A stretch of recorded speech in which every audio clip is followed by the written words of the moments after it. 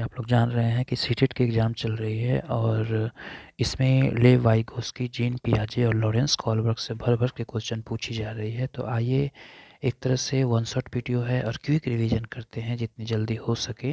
आप चीज़ों को समझ लें ताकि एग्ज़ाम से पहले आप इसे रिकॉल कर पाएँ।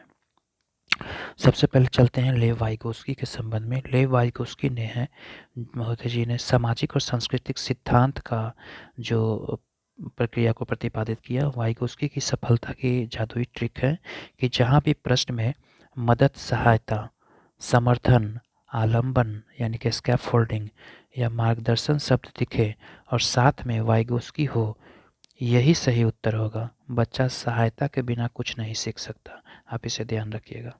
यानी कि जहाँ भी प्रश्न में मदद हो, सहायता हो, समर्थन हो, आलंबन हो जिसे स्कैफोल्डिंग कहा जाता है, मार्गदर्शन हो, शब्द दिखें, साथ में वाइगोस्की हो, यही सही उत्तर होगा और बच्चा सहायता के बिना कुछ नहीं सीख सकता। वाइगोस्की के 3 महत्वपूर्ण स्तंभ हैं: समाज यानी सोशल इंटरेक्शंस, संस्कृति यानी कल्चरल टूल्स और भाषा यानी लैंग्वेज।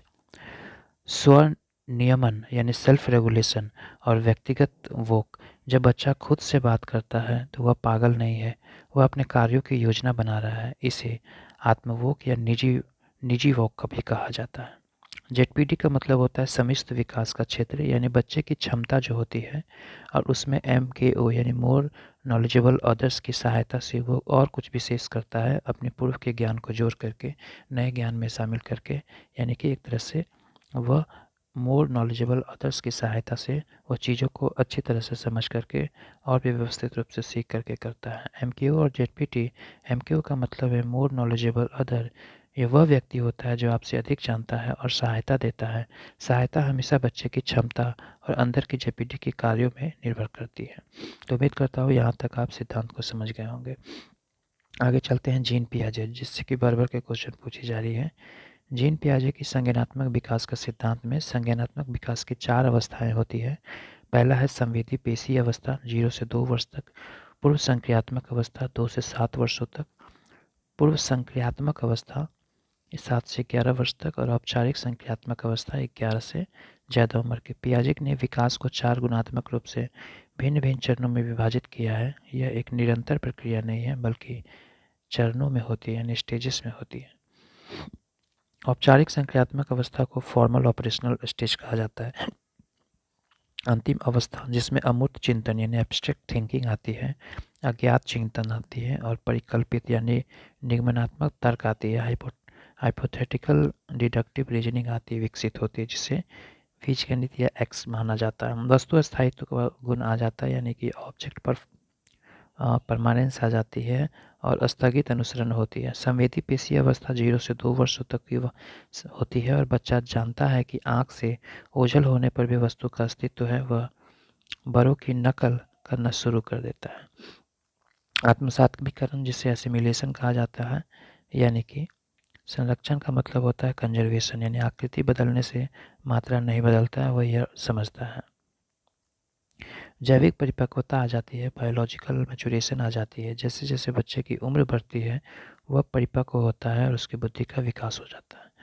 आगे वाइगोस्की बनाम पियाजे में अगर हम तुलनात्मक अध्ययन करें तो वाइगोस्की ने स्वनियमन यानी सकारात्मक को विचार दिया है, वहीं पियाजे ने अहम केंद्रित यानी ईगोसेंट्रिक और संज्ञानात्मक के विचार पर। भाषा और विचार में अगर देखा जाए तो वाइगोस्की कहता है कि भाषा पहले आता है और पियाजे कहते हैं कि विचार पहले आता है।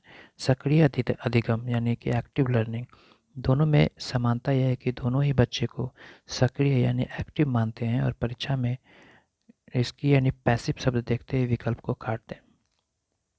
आगे देखते हैं लॉरेंस कोलबर्ग। लॉरेंस कोलबर्ग ने नैतिक विकास का सिद्धांत दिया। हिंज की कहानी और नैतिक दुविधा यानी मोरल डायलेमा। कोलबर्ग का सिद्धांत हिंज नामक व्यक्ति की कहानी पर आधारित है जिसने पत्नी की जान बचाने के लिए दवा चोरी की। ये बच्चों के सामने सही और गलत के बीच की दुविधा को पैदा करता है। नैतिक विचार विकास के 3 स्तर होते हैं: पूर्व पारंपरिक अवस्था जिससे पैतृकता का अभाव होता है, पारंपरिक में लोग क्या सोचेंगे, सामाजिक नियम, और उत्तर पारंपरिक यानी नियमों में बदलाव का संभव। कैरोल माल्गेन की आलोचना नारीवादी परिक्षेप्य मलगिलन ने तर्क दिया था कि कोलबर का सिद्धांत पक्षपाती है क्योंकि यह पुरुषों के न्याय यानी जस्टिस पर आधारित है और महिलाओं की देखभाल केयर की नैतिकता का नज़रअंदाज करता है। तो ये इंपॉर्टेंट है तीनों की थ्योरी। उम्मीद करता हूँ इससे आप ज़रूर चीज़ों को एग्जाम के दौरान रिकॉल कर पाएंगे।